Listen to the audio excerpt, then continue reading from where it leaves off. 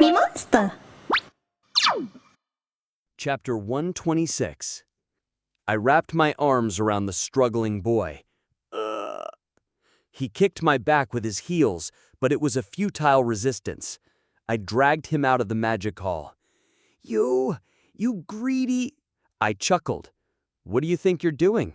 I'm taking this guy with me. Get out of here. Stay in your dorms if you want to live. Oh, understood. 5 men and women quickly left the training camp. The training camp's gate creaked open, and Jenna walked in, pulling a cart filled with items she'd salvaged from the fire. What about this kid? He's the most important loot. Don't miss out. I tossed the boy into the cart. Isn't this kidnapping? Exactly that. Thud. The cart shook as the boy kicked the inside with his feet. Tears welled up in his eyes, and he glared at me with resentment. Take him to the airship. I'll finish up here. All right, don't be late. Jenna pulled the cart away and disappeared. I took a deep breath and pulled out a wooden torch. I stepped outside briefly to burn what was left. Starting with the magic hall, no need for oil, there were plenty of paper rolls to burn. You greedy! Why are you doing this? The fairy stomped her feet in place. Call me whatever you want. I opened the door to the magic hall. Books were tightly packed on the shelves. I threw in the burning torch. Whoosh! Flames rose, smoke billowing. Danger! Fire in the magic hall! Desks, chairs, magical tools, and countless magical books turned to ash. The fairy flapped her wings, trying her best to extinguish the flames. But once the fire started, it wasn't easy to put out. Inside the training camp, I opened the lid of the fuel container Jenna had brought and poured oil on the floor. It was only a matter of time before the flames from the magic hall reached here. Why? No compromises. The first time I tracked a hunter, I spared him because he begged so much. A month later, I got stabbed in the back. The next one and the one after all did the same. No matter how much the people or circumstances changed, the result was always the same. Through countless experiences, I established one principle. These guys never change. It was just a temporary avoidance. Once they found an opportunity, they'd prey on others again. The only way is to completely remove them from the game. Whoosh! The fire finally spread to the training camp. You think you can get away with this? The fairy lashed out at me, furious, and threw a punch, but her fist was blocked by an invisible barrier, and her small body rebounded, tumbling away. There are 2 conditions for a fairy to attack. First, disobedience to the master's orders. Second, when a hero uses lethal force against another hero. This little one couldn't harm me. She could only watch. The flames from the magic hall turned everything to ash. Scarecrows, wooden dolls, training weapons, chairs, desks. After leaving the square, I closed the door. The fire wouldn't stop until it consumed the entire training camp. I walked slowly through the square, now a pile of ashes. Blood, embers, and the corpses of heroes were scattered everywhere. One sat with vacant eyes staring at the square. I walked on, unfaltering. I had created this. I had severed the hope of this world. I have no regrets. Stepping on others is necessary to climb and survive. I had long accepted that fact. If this comes to this, the master might quit. Knowing that, you did this. Then what are we supposed to do? The fairy sat down. I pushed the large door open. A linear space, a rift in dimensions, was revealed. Inside the passage, a sleek, small airship was parked. It was called the Capitalism Ship. Quite a creative name. The flames hadn't reached here. I'd made sure of that. I walked toward the Capitalism. Jenna and Nerissa were stowing loot at the bottom of the airship. Have you arrived? What's the status of the airship? Can we depart? The operational functions are offline. We have enough fuel, but it seems we need some sort of authentication. Where's the kid? We tied him to the deck. I climbed the stairs. On the deck, the boy was bound to a pillar, struggling. Ugh. I have no idea what you're saying. I untied the rope around his mouth. He spit to the side. You filthy! You're even filthier, you bastards! Release me immediately if you don't want your head cut off. Do you know who I am? A mage, I assume. That's right. I am Katio, who terrifies even third-rate magicians by just hearing my name. We want to start the airship. How do we do it? Insane. Do you think I'd tell you just because you asked? I'd fry you in boiling water. Ugh. A blade pressed against the boy's throat. Velkist stood behind him, cold, expressionless. You're quite noisy. Should I cut off a few fingers so you won't conjure any spells anymore? Don't. It's like we're the real villains. You are villains. Oh. The boy glanced at Velkist and hesitated. We'll clear up the misunderstanding later. We need to return to our original location. We need your cooperation. Understand? Return. We can't stay here. There's nothing but ashes. You're the ones who made it like this! Oh. The boy glanced at Velkist and hesitated. It won't be difficult. Just set the coordinates to where your friends went just now, the place you were planning to raid. I loosened the restraints and helped the boy stand, then led him into the control room. I was just doing research. Understood. Ugh. A sob mixed with a groan escaped from him. I sighed. Don't be so whiny. I'm starting to want to kill you. Velkist spoke irritably. This guy really has no remorse. Anyway.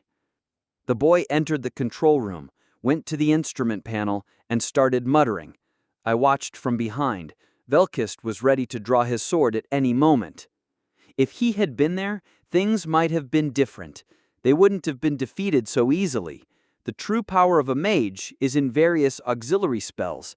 Surely, among them, was magic to extinguish the flames. He had stayed up 3 days and nights. It was the master's responsibility for not managing his condition. Ging! A hologram appeared on the instrument panel. Capitalism. Access has been granted. That's it. Right. Good job. Now you're going to free me? Let me go. What are you talking about? You're coming with us. What? I pushed the boy aside and stood in front of the instrument panel. Tie him up again. Got it. Hey, you! Velkist tied the boy up again and took him away. I examined the hologram. It was full of strange symbols and unknown language, but I could recognize the words start and departure. Push. Ging. Capitalism started vibrating lightly. The ignition was successful. I walked out onto the deck. Everyone get on board! We're all loaded up. We'll be there soon. Jenna and Nerissa climbed the stairs. As soon as they set foot on the deck, the stairs automatically folded and retracted. They're taking everything for real. Everything, you bastards! On the airport floor, the ferry was sobbing and pounding the ground. We were just trying to say hello. Seriously! Is this how you greet people in your world? Did you expect to get away with this? Do you even know who's behind us? Who's behind you? You'd be surprised if you heard. It's the famous Union Guild, composed of 30 rankers. It's an elite guild. This master may be trash in terms of skill, but they have connections there. What's that? Nonsense, really. Anyway, she said the master is connected with rankers. He had made an airship out of nothing and operated the waiting room. It was quite lacking for that type. Thud. Capitalism shook heavily and began to move slowly, heading forward toward the whirlpool of dimensions. What time is it now? I feel like I've been up all night, Jenna muttered on the deck. If you're sleepy, go inside and rest. I'm fine on my own. Can I? Jenna yawned and went inside. Velkist, still tying up the boy, followed, and the others did the same. I was left alone on the deck. Inside the airport, the ferry glared in this direction. Enjoy your victory for now, but when the time comes, remember, even if you beg, it'll be in vain. I'm a fairy who knows no mercy in front of enemies. If this is also part of the process to become a pirate king, I'll accept it with a smile. Trials are often part of the epic of a great person. My name is Captain Izel. Don't forget it. Is that so? What's your name? I was about to answer Han, but stopped myself. Some mischief crept in. My name, remember it, my name is Loki. Puff! The fairy snorted. No way! That Niflheimer! The fairy's face turned red and exploded in anger. You little shit! Are you making up nonsense? Do you want to be scolded, huh? I didn't respond. Of course I didn't think she would believe it. At this stage, it would be impossible to know. Don't forget, I'll definitely get my revenge. The fairy leaped wildly, and the whirlpool engulfed capitalism. Lost notice. The following items have been seized by Master Anything. Capitalism, 4-star mage Katio, 5 advanced promotion tickets, intermediate souls, 300,000. A list of items was displayed. There were so many, it was hard to read them all. I did what I could. I destroyed his waiting room as much as possible. Revenge? Such a troublesome word. Because of this, I got caught up in countless conflicts. I just wanted to quietly conquer the tower. I've come this far because I didn't want us to get caught up in such a mess. Master, an unidentified channel chat. 114 messages has been detected. Would you like to check it? Yes. Sununu. Hey you. Sununu. Have no conscience you. Sununu. I tried to help and you're such a... I'll fry you to death. Sununu. Sununu. Real. Oh my. Anything would be surprised if he saw this, but I have no other options. All I can do is recommend reporting and blocking. I looked at the scenery outside the railing. Capitalism was sailing through the stormy sky. Master, are you enjoying yourself? Suddenly, a voice echoed in my head. Yurnet Seed. Were you watching? Forgive my rudeness. There were so many memorable scenes I couldn't miss. My album of memories just gained another page. My name... Don't, I replied. It's embarrassing. By the way, what do you know about the Union Guild? I've never heard of it before either. I will investigate. Just give me the order. After identifying the Union Guild's base, I will annihilate it.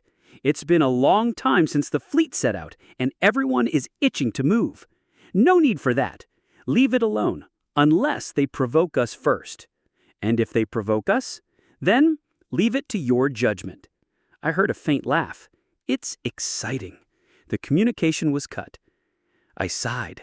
I'd rather not rely on Niflheim if I can, but if the situation worsens, I have no choice. If you want to rely on your backing, feel free to do so.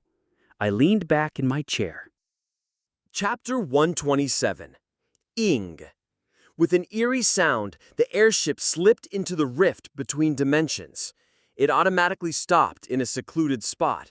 We had finally arrived. Ugh, what time is it now? Iloka, who emerged onto the deck, yawned and looked up at the sky.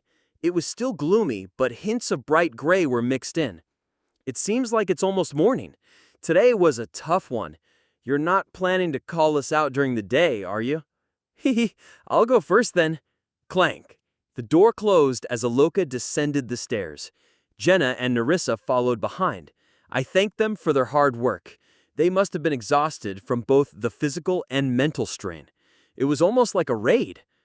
What about the kid? I'll take care of him. Don't worry about it. Finally, Velkist left the airship.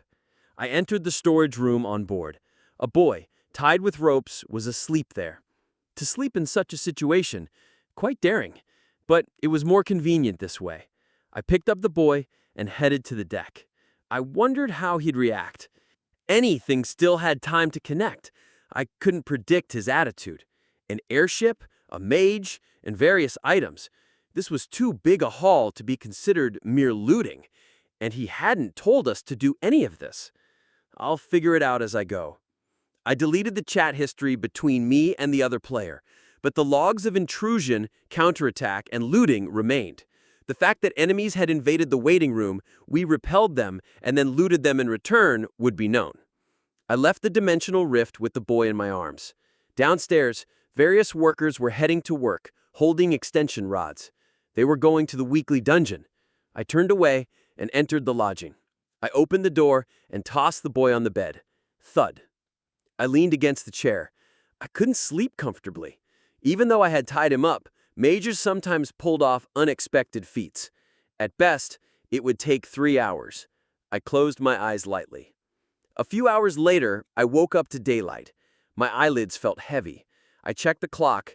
I must have slept for about 5 hours, but it was already daytime. Ugh. I turned my gaze. The boy was wriggling with anger, looking at me with hostile eyes. Was he awake this whole time? I approached and untied the rope around his mouth. Hey, where am I? Where do you think you are? My room. Why did you bring me to this place? Let me go! That's not happening. I spun the chair and crossed my legs. From now on, you're in charge of the airship. What? What nonsense! Nonsense or not, how are we going to operate the airship without a mage? You'll also help with research.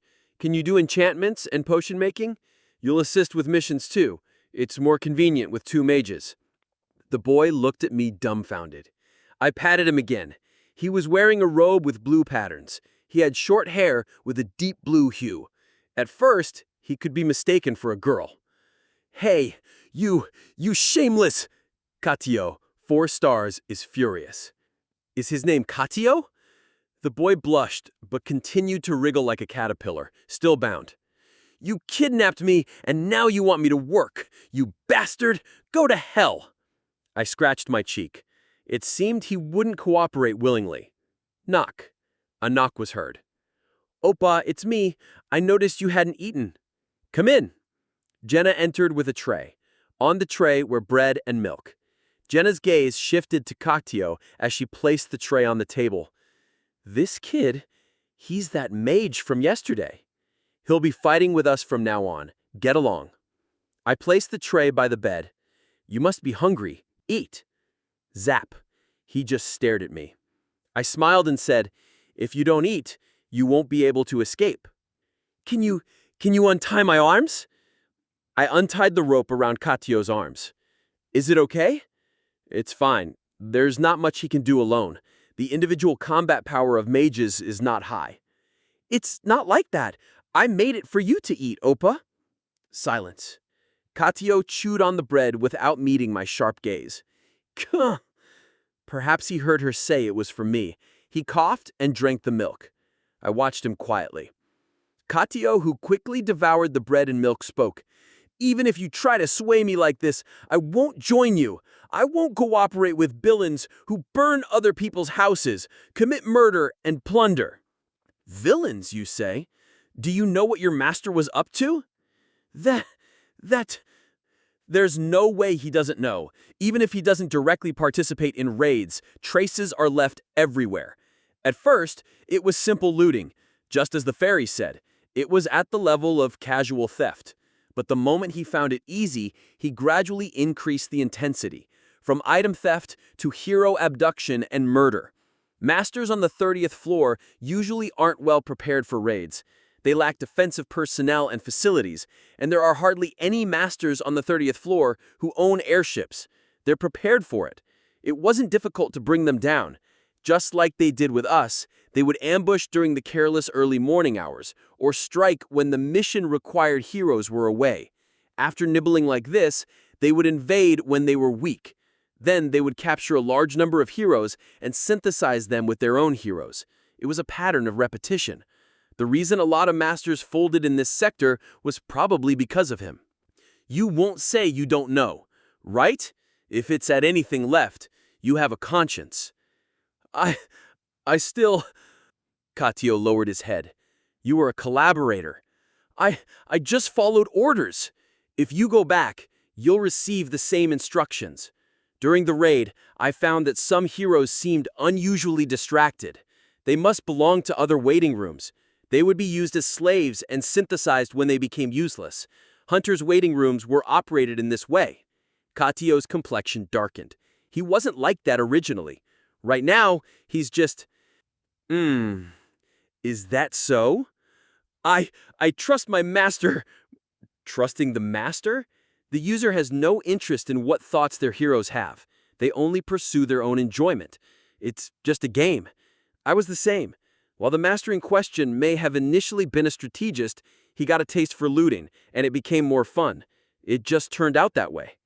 He's having grand delusions. I said, "Do you think he'll change? Think about it carefully. Do you want to unleash your abilities here, or will you perish there?"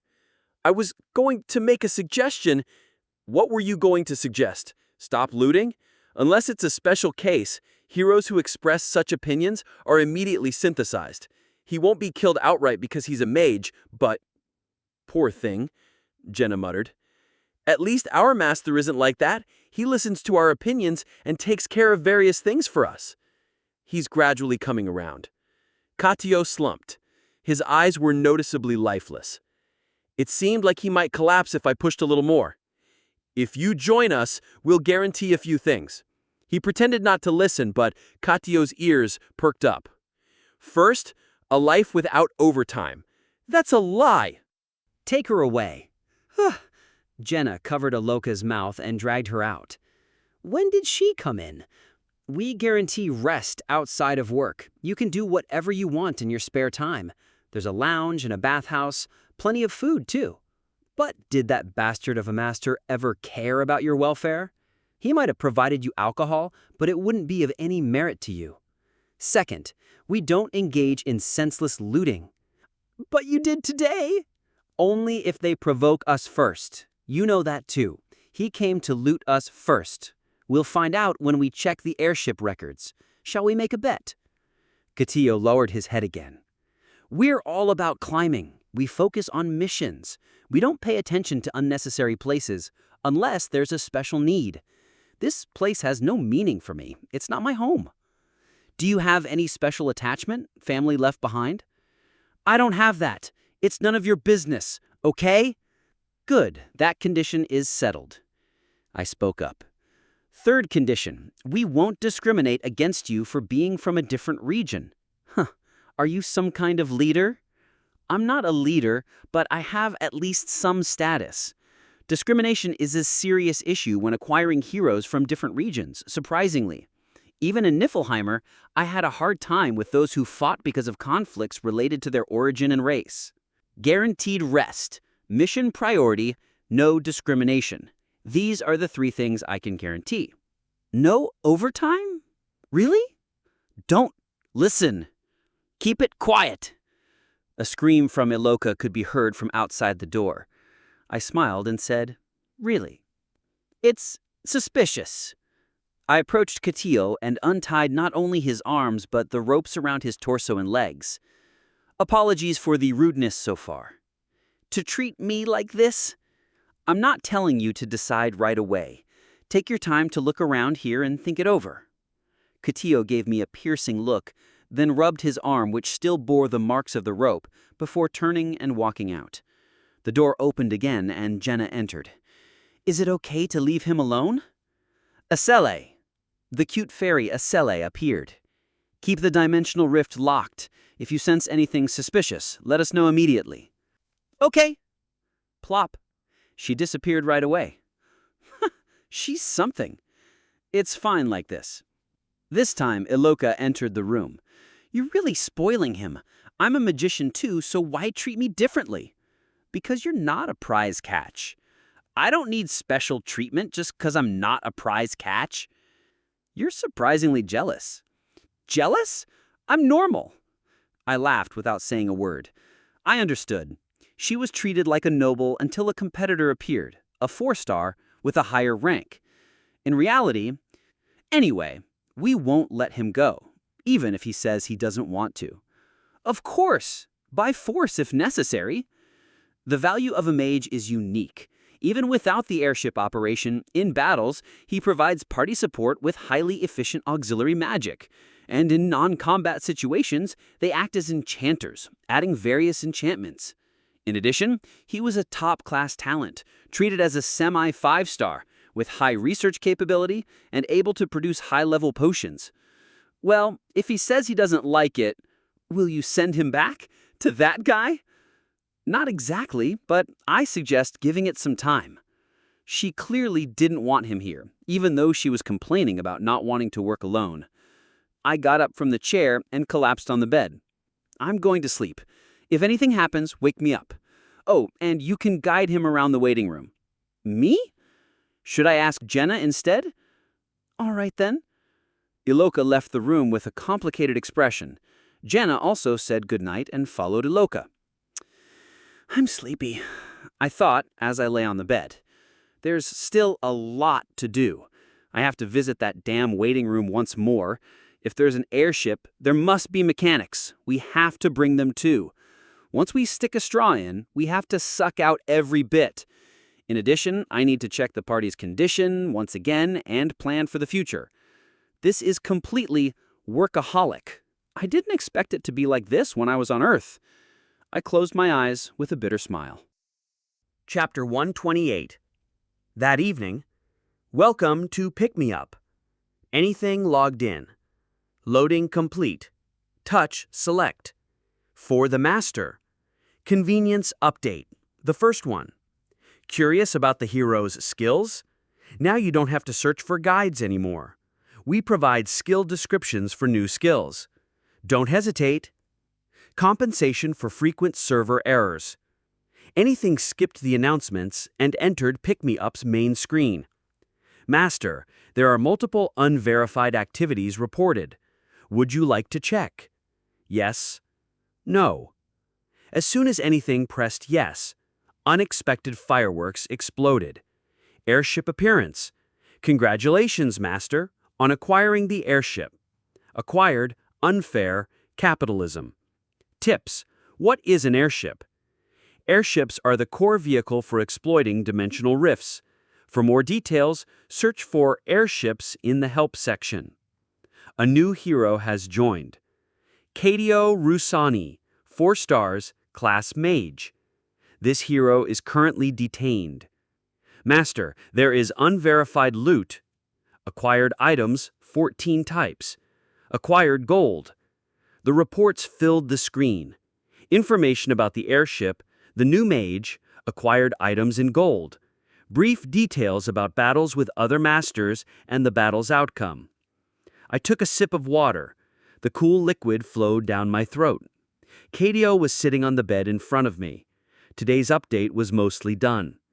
Anything didn't touch the screen for a few minutes. It's a bit much to say I woke up one day and found it like this.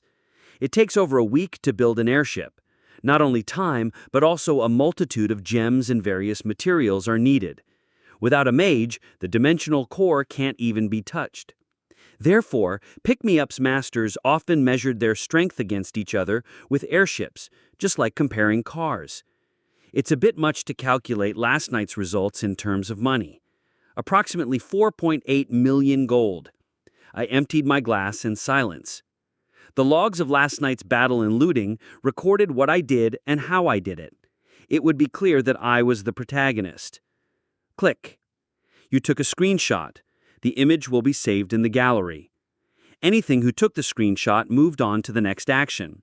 He pressed the gift icon in the Operations tab. He even fumbled near the icon several times as if his hands were shaking. You could tell what he was trying to do without even looking. I glanced to my side. On the 5th-tier display shelf to the right of the bed, there were sculptures of war horses lined up. Azel had moved them here from the square. There were 3 in total. It's not the time to pay attention to me. I shook my head and remembered the message. Master, the hero Han, 3 stars, suggests. Request.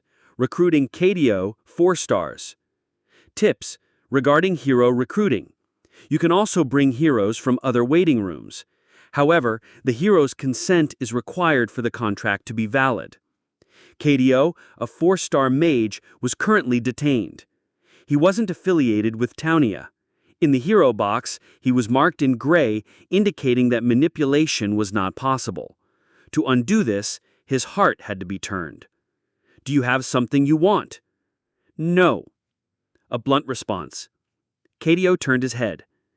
No matter how sweet you try to tempt me, it won't work. Is that so? This place is a bit better than Harla. Still, I won't give in. I see. We have no choice but to synthesize. It's a 4-star, so it will greatly boost our abilities. What? You can't raise cockroaches. Kadio was sweating profusely. I smiled and said, Just kidding. You bastard! What I guarantee are 3 things. If you have any other demands, let me know. I'll grant most of them. Can't you get me the March issue of Lumagini? It's only published in Harla. Han, 3 stars, wants Lumagini March issue. Would you like to gift it? It will cost 7,000 gold. Yes? No. I handed over a magazine featuring a woman in a swimsuit. Something else? Then how about a fairy feather scarf? Han, 3 stars, wants fairy feather scarf. Would you like to gift it? It's a premium gift. It will cost 100 gems and 5,000 gold. Don't you have anything else? Where on earth are you getting these from? Kadio, clumsily wearing the scarf, asked. It seemed like he hadn't received many gifts before. In addition to various other gifts, I gave him everything he asked for. Nothing wouldn't be found in the gift shop. There were thousands of different types. Even I couldn't remember them all. Lastly, Kadio stated his request. I smiled and got up from my seat. I'll be back. The timing was perfect. Master, the hero Han, 3 stars, requests an expedition. Expedition location, Harla. Purpose, plunder and capture. Will you accept? Where are you going? To bring someone. I replied briefly and left the room, then immediately headed toward the dimensional rift. I'm more than enough alone. It takes a week for those in death protection to come back to life. I got on the airship. Hey, you little bastard, why are you here again? Get lost! Go away! Don't come here! A moment later, here she is. I placed the woman in work clothes in front of Kadio. Her name was Rady, a mechanic for the airship. The contract is also done. She will be working with us from now on. Sorry, Kadio. Kadio, who was staring blankly at the mechanic, asked, How did you persuade her? I said I would do it. The mechanic bowed her head. I'm tired of working at a place like that. The master doesn't care if we live or die. But Kadio's eyes wavered. It seemed like both of them needed some time to talk. I quietly left the room. How did it go? Do you think it will work out? Aloka, who had been leaning against the wall, approached. It's almost over. We'll have an answer by today at the latest. That female mechanic was summoned around the same time as Kadio. They had become something like siblings involved in airship-related matters. I thought convincing her would be difficult, but she accepted my proposal without hesitation, saying she was sick of that master. Which party will that mage join? Currently, there were no vacancies in the first, second, and third parties which could be considered Taunia's main force. To utilize him, I would have to remove one from the main party or slot him into the reserve party. However, the second option wasn't very efficient. Mages excelled when the other members were strong, which is why. To use him properly, I'll have to remove one person. The third party was an exception since the races were different, leaving 10 members. This was quite a sensitive issue. I decided to think about it later. Rather than that, I recalled the scene in Harla. The master wasn't online, and lower-tier heroes were working to restore the waiting room, which had become a pile of ashes under the command of the fairy. It's getting troublesome. It also costs a considerable amount to restore. I had cleaned out the warehouse.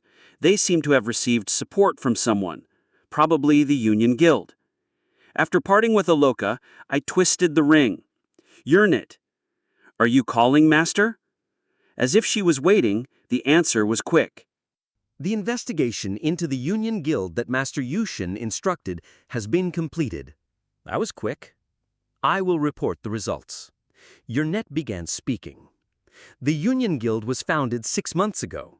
It seems to be a guild that moved here from a popular mobile game called L. In L, they were known as a guild that dominated an entire server. There, they are referred to as a blood alliance. The entry conditions are quite unique. Limited to males only, age should be over 30, and a monthly 1,000. A monthly 1,000? Yes.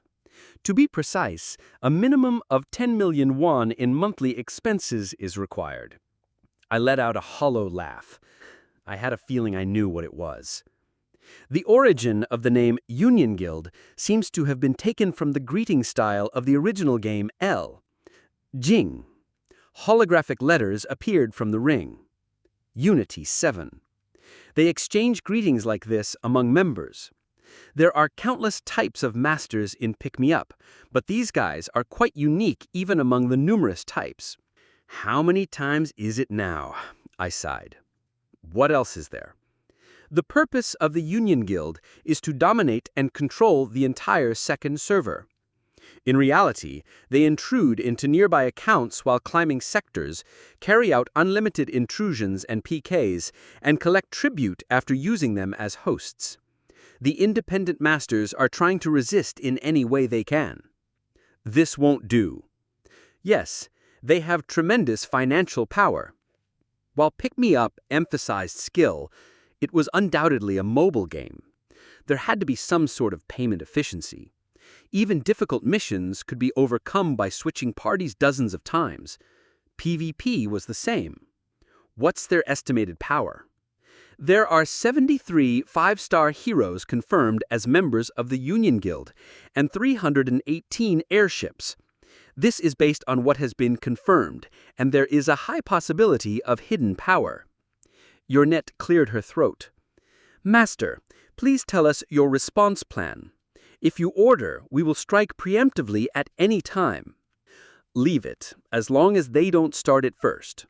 Someday they'll come. It used to be Dragon Knights, then it was Ouroboros. This time it's the Union Guild. Such incidents were not uncommon. Some guys would step up saying they wanted to dominate the server. Their target was Niflheim. The excuse was that it was the symbol of the second server. Boring. The guilds that once made a lot of noise on the internet, Dragon Knights and Ouroboros, no longer existed. Did they bring 1,000 airships? So what? The idea of losing never crossed my mind. 1,000 airships will just become 1,000 pieces of trash. After leaving instructions for your net to report if there was anything else, I cut off communication. Just then, the door opened. Katillo was coming out with a gloomy expression. Rady, who had been beside him, bowed to me and left the reception room. It's decided. I raised my hand in response to Katillo's words. Isel, who was loitering, approached me and handed me a pen and a contract. It was a blue pen and a paper. Sign it. Are you not tricking me? After signing the contract, I'll be dragged to some strange place? You have a good imagination, but of course not. Katillo glared at me. He took the pen. After signing his name on the lower part of the contract and pen turned blue and disappeared into the air. Han 3 stars has successfully persuaded Katillo 4 stars. Katillo 4 stars is now operable. Easy. I told Katillo where his room was and returned to my room. From tomorrow, he will be active as a mage of Townia. Gift shop. Gift shop. Gifts. Anything frantically pressed the gift icon repeatedly. Isel appeared spinning in a circle and approached me. Loki! Loki! Speak softly. You'll hurt my ears. It seems that Master wants to give a gift to Loki. Do you want anything? I looked at the manipulation screen. He didn't choose a warhorse statue, he was just waiting. If you have a gift in mind, just tell me. Anything seemed to have learned from his mistakes. I looked at the display shelf. 3 warhorses were in a galloping pose. Now they had some form. Anyway, I had no interest in eating, wearing, or anything else. Receiving expensive and flashy gifts was just for decoration. The only things to do here were training and studying at most. In that case, it would be fine to have this kind of hobby. I guess I'll have to gather 1,000. There are 987 left. Chapter 129. The following morning, as usual, the members of Party 1 gathered in the reception room.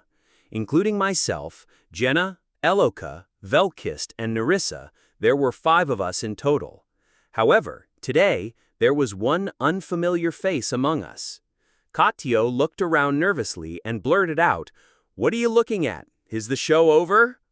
Such a polite little one. Seems like he needs some education.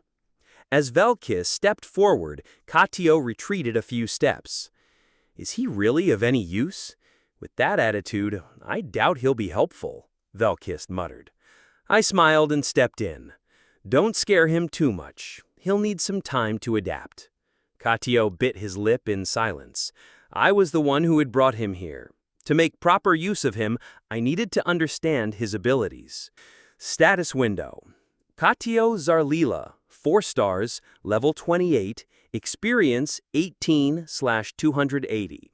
Class, Mage, Strength, 8/8, Intelligence, 113/113, Stamina, 21/21, Agility, 13/13. Skills, Intermediate Magic Formula level 5, Mana Conversion level 5, Time-Space Defying Hand level 7, Flame level 3, Illusion Magic level 2, Intermediate Enchant level 1, Intermediate Research level 1. He had 7 skills, not too many, not too few. However, the exact specs were hard to judge. Unlike warriors or archers, it's not easy to assess a mage just by their status window, especially a mage scholar. Without seeing them in action, it's impossible to gauge their ability. But why did you bring him here? There are other parties. Eloka, who had been standing quietly, asked. There are many places without mages. Why do we have to take care of him? He doesn't want them to join. What can we do? I replied. Edis gently refused, noting that once a member has joined, she can't just remove them, and Party 3 was different in composition from the start. This is a joke, really, Eloka said. Party 1 had been in sync for a long time. If it was in the early stage of preparing the formation, I would have eagerly welcomed the double magician combination. I looked at Eloka. She glanced nervously between me and Katio, pacing and crossing her arms. I smiled and said, "We won't know unless we try him out." Try him out. Take him into a real battle. It's much easier to understand than just talking about it. I had already thought of a mission to take him on. The 28th floor should be fine. Good for warming up. We usually go to the main stage only when anything is there. But redoing a cleared mission isn't impossible. Free action was still allowed. But we are 5 people already, Jenna pointed out. I will step out. Nerissa, who had been quiet, spoke up. It's been a while since I went to the weekly dungeon. I need to collect some poison ingredients. Really? Yes. Nerissa glanced at the restless Eloka, then left the reception room. Wait, don't want to fight? That's not it. It's just been a long time, Katio sighed. I had expected this. The account was in the 30s level range, but he was only level 28. He must have barely participated in real combat since his master gave up climbing. Then it's a good opportunity to regain your senses. Enough rest had been had. It was time to revive real battle instincts. I led the 4 members down to the rift on the first floor. The door opening and stage designation were already completed with Isel's help. What about the deployment log? Erase it. Okay. I entered the rift. The central mirror was already shining. As Katio entered last, the door closed. Main dungeon. Current challenge floor is 28. In 10 seconds, the door will open. Get ready. Opa, how should we form up? Jenna asked. You'll cover Nerissa's range. Can you handle it? I'll try.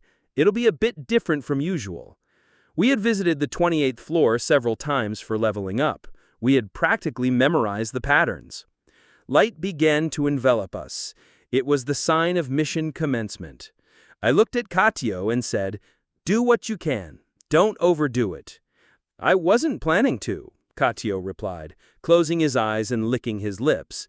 And then, Floor 28. Mission type, subjugation. Objective, annihilate the enemies. A rocky area swept by sandstorms, with large and small caves clustered together. The habitat of the lizard men. I locked eyes with one of them, gnawing on a scorpion in front of a cave. Karak! Its eyes widened. I could just rush in, but I looked back at the others. Maybe I'll observe for a bit. Blue light leaked from Katio's eyes. At the same time, his hands moved in a complex dance. As his fingers intertwined and separated, transparent magical energy fluttered like threads. "He's using sigils," Eloka murmured.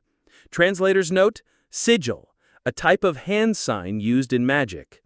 Katio completed his gestures and extended his hands backward. At the tip of his palms, magic formed an egg-shaped construct. A dimensional gate has been created. Through the dimensional gate, equipment and consumables stored in the armory can be summoned to the battlefield. It's like the one we used to store the items in the weekly dungeon. What was it called? Dimensional gate. Ah, right, that's it. Tips about the mage's dimensional gate. Mage class can create a dimensional gate. Under certain conditions, it can summon not only items, but also mounts or airships. It's for replenishing potions or arrows. Wait, does that mean I can fire as much as I want? Jenna asked. I nodded. Even with an expanded quiver, 100 arrows is the limit. But with a mage, the stock multiplies several times. It's almost an infinite supply. The same goes for potions. As long as they're stored in a designated place in the armory, the right consumables can be taken out as needed. It's useless now without a master, though. There are a few other limitations, but it's clear this makes combat more flexible. Dimensional magic is quite an advanced, high-level spell, Eloka swallowed hard. I turned my gaze forward and said, You can close it. It's useless here anyway. Click, clatter. Human, die! 2 level 29 lizardmen shamans appeared. Lizardmen poured out of the cave, surrounding us. They brandished their weapons towards the sky, glaring at us with furious eyes. Clatter! The small-statured lizardmen in the lead charged at us, clutching a spear. I stepped lightly, swinging my sword down. Swish! A severed arm, trailing a streak of red blood, flew through the air. The creature let out a pitiful scream and collapsed. Just do what we always do. Right, here I go. Velkis, Jenna, and I began the battle with expressions devoid of tension. We formed a triangular formation around Eloka and Katio in the center, repelling the enemies. Eloka, with her eyes closed, began chanting. I never imagined I would be doing this here, Katio muttered bitterly, pulling out a small hexagonal stone from his pocket. It was enveloped in a blue aura. It seemed to be a magic stone. Attribute Enhancement, Activation. Katio threw the magic stone. The surrounding rocks and sand swirled around the magic stone, gathering to form a massive, human-like figure. A golem. The 3-meter-tall golem, uttering a strange moan, swung its arms. The lizard man's face was flattened like a pancake. Attribute Enhancement, Penetration. Katio took out a second magic stone. Katio, 4 stars, applies attributes to the entire first party. Consumable item, low-grade magic stone of strength enhancement. The entire party's strength increases. I quickly checked my stats. My strength had increased by about 5. A strength-enhancing stone. Each time the magic stone shattered in Katio's hand, light seeped into the entire body of the party members. All abilities increased. A simple yet efficient buff. Then I looked at Katio. Teleportation. The light-enshrouded golem appeared, having jumped a distance of 10 meters. Telekinesis. Higher than Eloka's level by several grades. It was strong enough to solidify the sand into a high wall. Shield. The bolt shot by a crossbow-wielding lizard man ricocheted off, powerless. Even interference with spells. The red glow disappeared from the staff of the lizardman shaman who was casting a berserking spell. Quack! Why is the power... Velkist split the creature's head in half. Next to him, Eloka's flame burst forth. A charred body, ignited by the explosion, scattered. Eloka withdrew her hand and opened a mana potion. You don't have to. Blue mana threads seeped into Eloka. What? It seems mana transfer is also possible.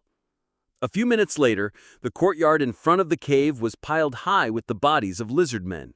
Jenna muttered, "How many things can he do?" "Why don't you ask directly?" I flicked the blood off my sword blade and sheathed it. A few were left, but it was fine. They were huddled in a corner, trembling.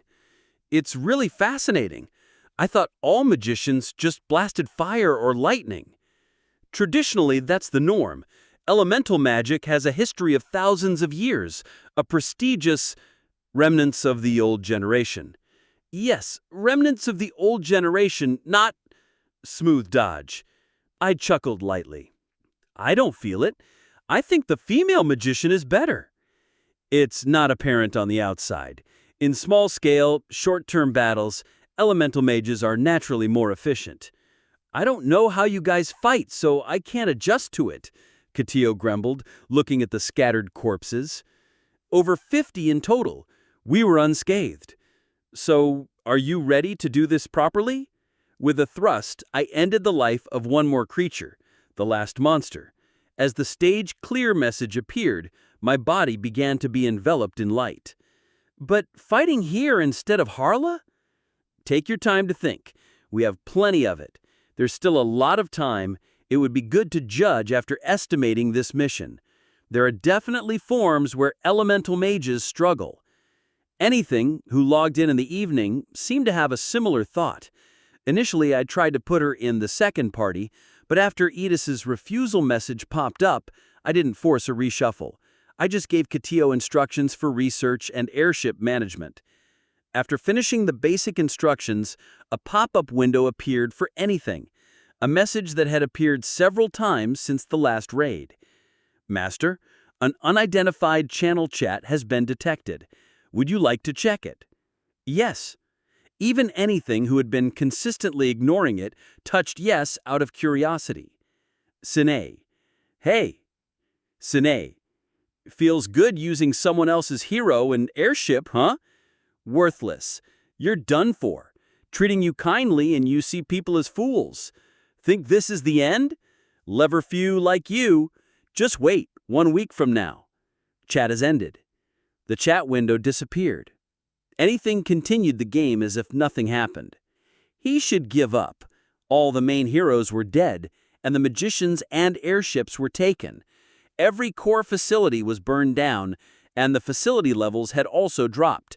It's a significant loss, requiring more than a month and a huge amount of gems for recovery. Yet the attitude was overly confident. There's something to do before moving on to the main mission. Yernet. You called, Master. Yernet continued. I am aware of the situation. If you command, I will immediately deploy the fleet. Don't use the fleet, unless they target Niflheimer. If that's not my response, then there's no point in returning to Townia.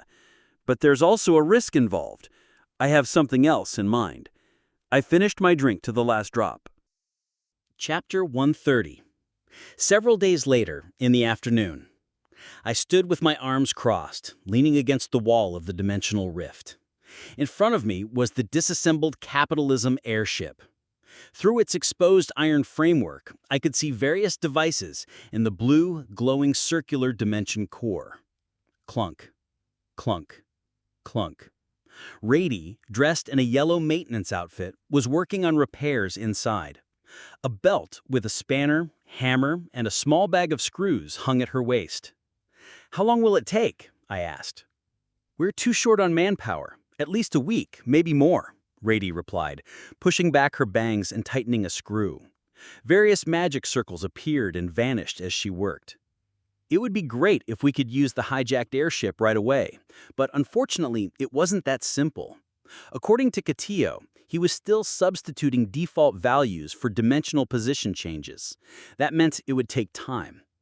But why are you hanging around here? You look like you have somewhere to go. Don't tell me you want to go back to Harla. Why not? I wouldn't recommend it, Katia interjected, stopping his work. A shadow crossed his face. Suddenly, a loud voice echoed through the dimensional rift. Hey, you villains, can you hear me? I turned around. This is Captain Azel, destined to be the king of pirates. The voice was coming from inside the airship. I changed direction, leaped onto the airship, and stepped onto the deck. So, the communicator was working. Magician brat, you traitor! How could you repay the kindness of being fed and sheltered like this? When you come back, you'll get 500 spankings on the butt. Whirring. A translucent hologram appeared from the dashboard. A slender figure dressed in red, wearing a triangular hat and an eye patch. It was Harla's Izel. Are you keeping clean? The manifestation of justice is not far away. If you repent while crying now, I might spare you. Izel started doing some odd dance moves. Though typhoons rage and fierce winds blow, the pirate king undaunted shall show. Rising time and again with might, leading her golden fleet through the night. Invincible on the endless sea, the ultimate ruler, forever she will be. Just state your business, I said. It's my theme song for my entrance. You should listen till the end. I reached for the dashboard. Okay, don't turn it off. I'll talk. The fairy adjusted her hat and stood tall. Ahem. I have come to declare war. Declaration of war? You'll be surprised when you hear it. By my command, the Golden Fleet is assembling. The fairy spun and pointed behind her. The hologram screen shook, and the scenery changed to a hangar in the dimensional rift. Several airships were docked. How about that? Just looking at it is impressive, right? How about that? Just looking at it is impressive, right? How about that? Just looking at it is impressive, right? Do you think you're impressive? Don't you recognize me from the popular video? Do you think you're impressive? I am Commander Savell Capitalism, and you should know that I am serious about defending my honor. I couldn't help but laugh. The gasp might have been heard through the communicator. It doesn't seem like you understand, Izel said sternly. This is not a joke or a mere threat. You will be punished for your disloyalty. I noticed Katia shaking his head in disbelief. Regardless, the fairy continued. I contacted you because I wanted to give you a chance. A chance? Yes, a special opportunity to join the invincible fleet, the last lifeline, your last chance. Soon, that place will turn into a sea of fire under our bombardment. The fairy coughed a couple of times. Your achievements were impressive to me too, Han Israt, the giant hunter of the sandstorm. That's enough to share in my glory. She must have seen the MyTube videos. Whirring. A device next to the dashboard made a noise, and something popped out of a hole. I picked it up. Declaration of war. I, Captain Azel, hereby declare a fair and square challenge to you. What are you going to do? It may seem like that, but it's not easy. He's actually succeeded before, Katia said. 7 airships were visible in the background. Combining their total power, there were about 100 heroes in 7 airships, possibly more. Preparations are already complete. I've received enough support. If you come here, I'll personally propose to the master to stop the invasion. Are the preparations all finished? I can fight and win against anyone. I'm coming now. Click. I pressed the button on the dashboard, and the hologram turned off. I turned to Katia, who was staring at me blankly. Get this airship ready to leave immediately. It's still under maintenance. We've dismantled the outer panels. In this condition, a single shot could turn it into scrap metal. It's okay, just get me there. The declaration of war meant the battle preparations were complete. There was no need to wait for more enemies to gather. It'll take 10 minutes, Rady said. Nuna, we can do it. We just need to get it back to where it was originally. Katia added. I left the two arguing and stepped out of the dimensional rift. I looked up at the sky, dark and black. The master was not connected. I see you're going to use that, a voice said. If not now, when? Summoning weapons from Niflheim. Only 3 chances. Difficult to use during missions and preparation is cumbersome. But now, the conditions were met. Preparations are complete. I can do it whenever you command. I went back to my room. Nothing special. Put on armor, hang a dagger sheath, carry potions. 3 things, and it was done. Where are you going? Edis asked as I bumped into her in the corridor. Just for a walk, I answered nonchalantly and passed by. Returning to the dimensional rift, 2 people were waiting. We managed somehow. The location setting is also done, Rady said, wiping her sweat and looking back at the airship. Its framework was still exposed. Katia grumbled. It's a foolish act. Just 1 hit and it can crash. Thank you. Are you really going? Alone at that? Everyone must be waiting to strike. You're not really betraying everyone, are you? No, if that was the case, why did you persuade me? I lightly tapped Katia's head. I'll be back soon. Keep today's events a secret. Don't tell anyone. Leaving the 2 behind, I boarded the airship. As I entered the cockpit, a hologram appeared. Capitalism. Access granted. Autopilot mode is set. I pressed the start button at the bottom. With a light vibration, the airship began to move. Han, 3 stars, embarks on an expedition. This log should be erased. I stepped out onto the deck. Katia was looking up at me. What on... Katia, who seemed about to say something, eventually turned his head. Do as you like. I don't know anymore. I smiled silently. Then the airship pierced through the swirl of dimensions and emerged. Dimension 1935, Taunea, an unchanging, desolate landscape. I entered the cockpit and pressed a button on the dashboard. Hey, why did you cut off the communication like that? Your master, is he connected right now? Why are you asking that? Answer my question. No. I opened my mouth. Tell everyone to prepare for death. Click. I cut the communication and stepped outside. Initiating dimensional leap. Once again, the landscape changed. Dimension 3847. Harla. I took a deep breath. On the other side of the tower, the swirl of dimensions was spitting out one airship after another. Each airship was equipped with ballistas, catapults, and magic cannons, all large and powerful weapons. They were of higher grade than this one. Both the scale and equipment were superior. Even if the Union Guild was rich, they wouldn't give out such airships for free. They must be temporarily lent. You arrogant bastard! On a medium airship 50 meters away, the fairy stood with her cloak fluttering. Next to her, a line of small airships floated side by side. I told you, I'm a merciless fairy. There won't be a second chance. The fairy shouted, snorting as she looked my way. What's with the state of your airship? Can you even fight properly? Where are your subordinates? Anyway, you're out. Even if you kneel and beg now, I won't show mercy. Crackle. Blue magic energy began to gather at the cannon installed at the bow. I took off my left leather glove. Master, anytime. I looked at the ring on my left hand. A faint golden light swirled on its surface, and streamlined characters emerged. 1 turn to the left, then 2 turns to the right. Reception complete. The ring was bathed in golden light. Summoning your chosen weapon. Number 47. Launching. I pulled a small orb from thin air. The orb, resembling an eyeball, flickered ominously in purple. Inserting it in my left eye, the orb vanished in light. Special ability activated.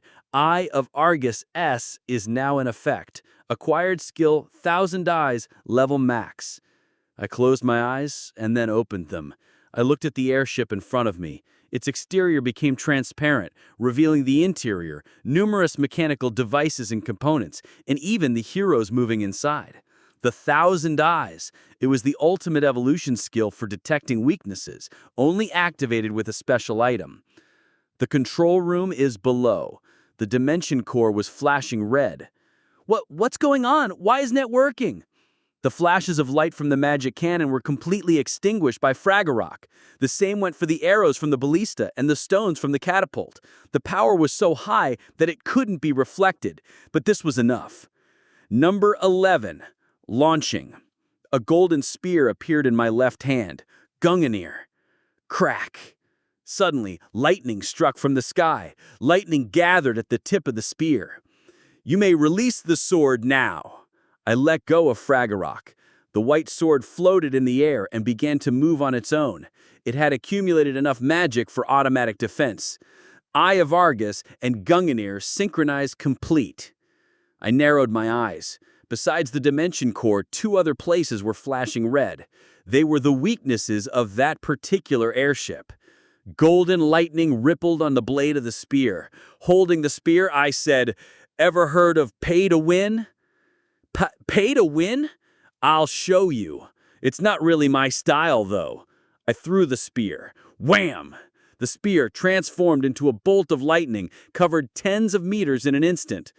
The lightning pierced through the airship's thick exterior and solid interior, penetrated the dimension core, detonated the fuel line, and pierced through the control room.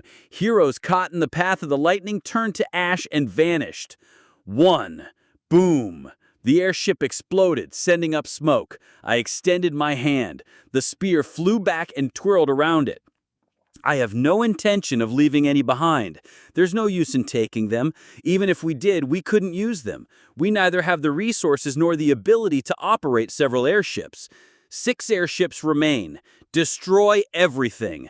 Lightning began to gather at the tip of the spear again. Thank you for listening. If you enjoyed this story, don't forget to subscribe, comment, and like the video. Have a suggestion? Let me know in the comments.